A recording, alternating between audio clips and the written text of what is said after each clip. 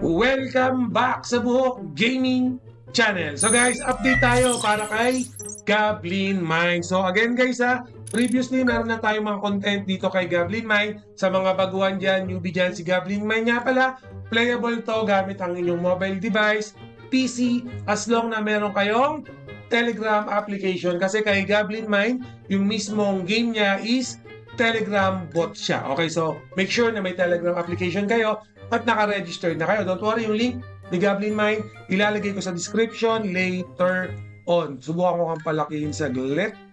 Yan. So, again, si Goblin Mine, guys, ang kailangan natin dito pag naglaro tayo sa mga newbie is yung GMG token natin. Itong GMG token na yan, available na yan sa Bybit or iba't ibang exchange. Nagkalat na po si GMG token. Pwede kayong bumili if you want, pwede kayong mag-hold since nasa bull market tayo. Pero the good thing kasi guys, pwede natin siyang kitain, pwede natin siyang i-farm dito ngayon sa Goblin Mine. So make sure lang na meron tayong mga miners. Itong mga miners na to, pwede nyo siyang i-mine sa iba't ibang mining site na umaabot hanggang mine number 8 or mine level 8. So right now in my end, nasa mine level 4 na ako or mine 4 na open ko na. Pero for example, bago ka pa lang, yung mine 1 pa lang, yes, pwede nyo i-open yan. Click nyo lang yung miner na yan, pwede kayong mag-add ng slot or NFT slot kung tawagin nila. So sa isang slot, 3 miner yung pwede nyo ilagay. So ilalagay nyo yan. And then yung gagamitin yung pambili dyan is yung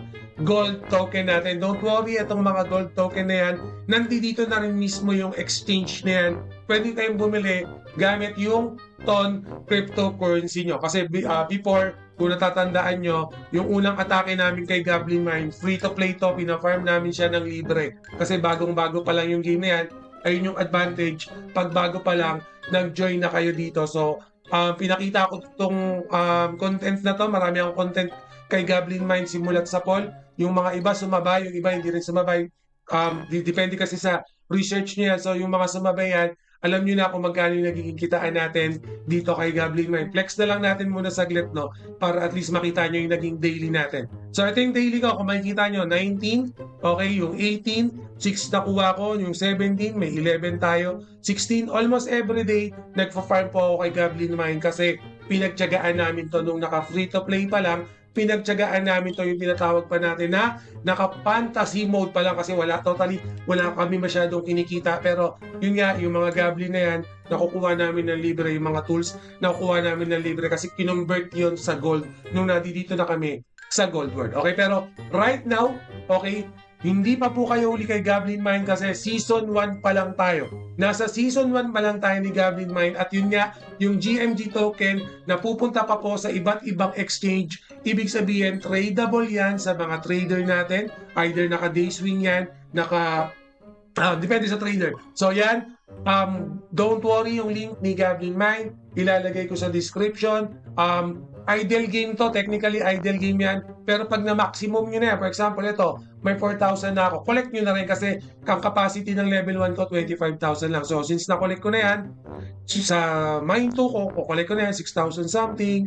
Mine 3, 8,000 something. And then, syempre, yung lastly, mine 4, 12,000. Eh, no? 12.5 nakita nyo hindi na siya nadadagdagan kasi napuno na yung capacity nung mine 4 ko. And then yung income per hour ko, 3,800 Goblin token or GMG token. So, ibig sabihin, in a daily basis, kaya kong gumawa ng 100,000 GMG token. Kasi ayun yung ginagawa ko pag naka 100,000 na ako, kino-convert ko na siya. Yung 100,000, that's around 6.2 to 6.4 ton per day. So, kung makikita nyo, again, pakita ko sa inyo.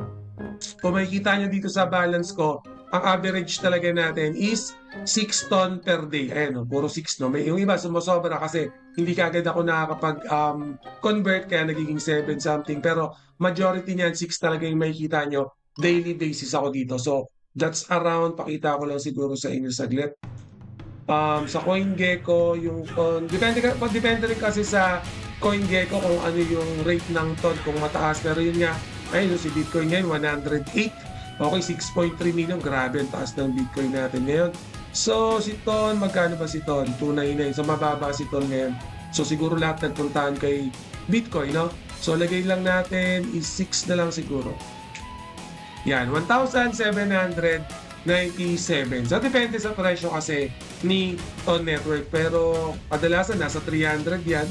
Ay, no, tumataas yan, no? 305. So, before, magkano si Ton?